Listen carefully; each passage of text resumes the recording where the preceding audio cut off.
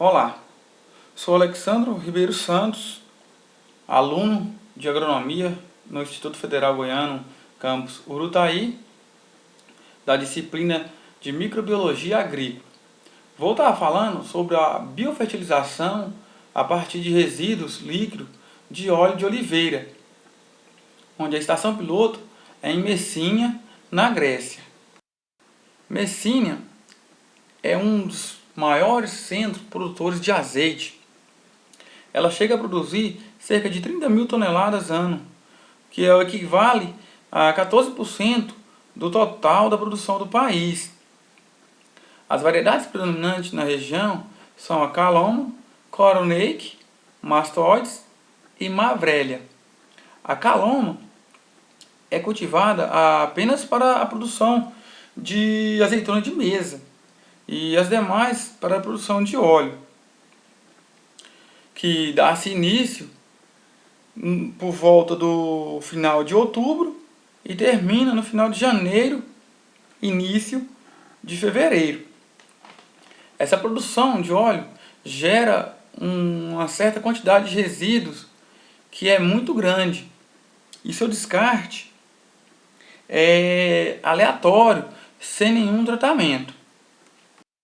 Estudos sobre a qualidade microbiológica dos resíduos foi observado a constituição desses resíduos, que foi detectado a proliferação de bactérias fixadoras de nitrogênio, que após passar por algum tratamento poderiam ser levados a campo para ser reutilizado. Só que para isso precisava passar por uma série de tratamento por sistemas que favoreciam o surgimento dessas bactérias. Então, podemos dizer que teve-se uma caracterização de todo um sistema para que pudesse atingir uma quantidade e uma qualidade desses resíduos, onde o resíduo era passado por um pré-tratamento que era utilizado um peróxido de hidrogênio em condições alcalinas. Na primeira fase, o material ele é tratado com hidróxido de cálcio para que o pH fique entre 11 e 12. E em seguida, com uma solução de peróxido de hidrogênio, numa taxa de 51%. Já a segunda fase, a mistura ela é transferida para um bioreator, onde ele é enriquecido com um micro-organismo diazotrófico. E esse bioreator ele é um tanque equipado com um sistema condutor de ar. E nessa segunda fase que se observava uma maior manifestação de micro-organismos fixadores de nitrogênio. Que esse período nesse bioreator ele durava em torno de 3 a 7 dias.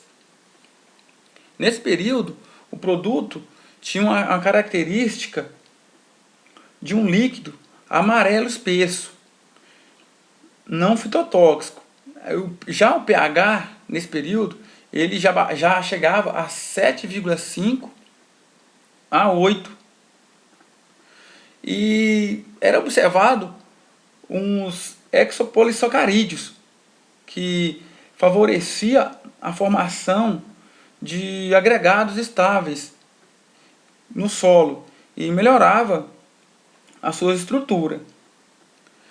E haveria também um enriquecimento biológico com nitrogênio. Toda aquela fase que foi falada anteriormente, a fase 1, fase 2, passava por esses tanques de pré-tratamento e bioreator, que é o último procedimento, que era a fase final do tratamento do resíduo. Esse tanque de pré-tratamento ele tem uma capacidade de 3,2 metros cúbicos com agitação mecânica diária. Já o bioreator, que era a fase secundária que era colocado o produto, ele trabalhava com um volume de 5,5 metro cúbico, que girava a 7 RPM. Essa agitação favorecia a população microbiana, que após o terceiro aos 7 dias de tratamento, esse produto ele era colocado no campo para suprir a necessidade de reutilizar todo esses resíduos que era gerado pela produção de óleo. Então, no campo, o produto foi aplicado em diferentes culturas para ver para ser observado a composição do solo, ver a produtividade. Só que o que foi avaliado não teve assim, um dado estatístico para isso. A finalidade mesmo foi que os resíduos poderiam ser passados por um tratamento e suprir a necessidade no campo, onde ele foi aplicado em diferentes culturas, que foi na própria oliveira, na uva e batata. E onde foi escolhido aleatório 48 plantas. Além disso, foi aplicado também um biofertilizante para poder ser comparado, o fertilizante químico mesmo, para que possa ser feito algumas comparações entre o adubo químico, que teve na formulação 11-15-15, e o biofertilizante, que era gerado aí pelos resíduos dessas produção de óleo.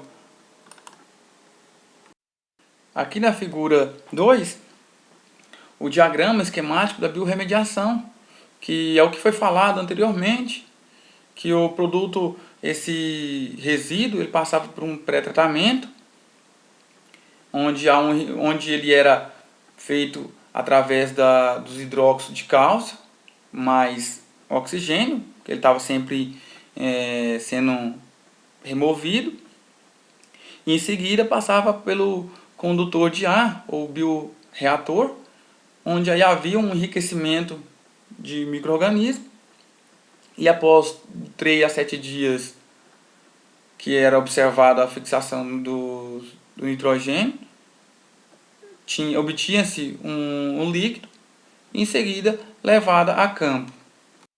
Então, de modo geral, o objetivo da implantação do biofertilizante foi de aproveitar os resíduos que era produzido durante o processo de moagem das azeitonas para a produção do azeite ou óleo de azeitona.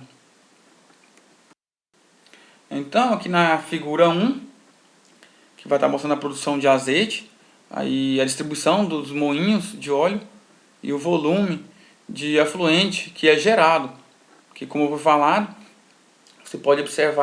podemos observar que, de acordo com a produção do óleo e os resíduos que são gerados, é que o valor é bem alto.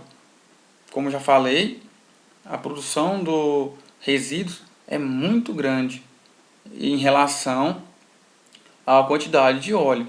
Então tem que ter-se um destino para esses resíduos. Na tabela 1, vai estar mostrando as características da matéria-prima fresca ou do produto final. Então, aí podemos observar que a quantidade do carbono orgânico, o total de nitrogênio, o pH, houve algumas variação, mas não tão significativo.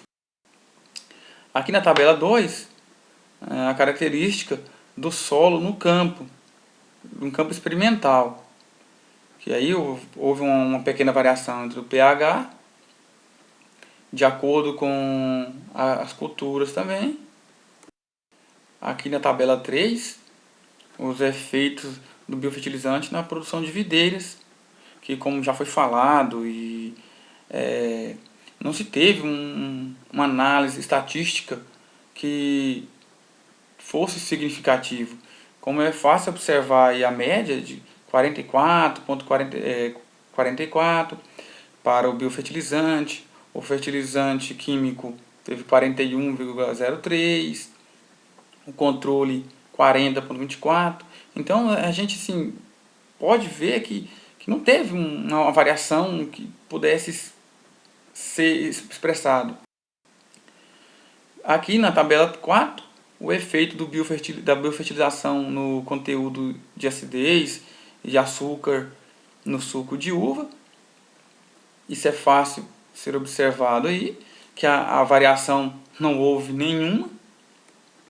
Então podemos concluir, com o objetivo maior foi de apenas aproveitar os resíduos e quantificar a quantidade de rejeitos gerado, sem análise profunda de dados estatísticos, podemos concluir que esses resíduos podem trazer alguns danos ao meio ambiente, quando não tratado. E quando pós-tratamento, pode ser reutilizado na propriedade e na própria cultura, sem problema algum.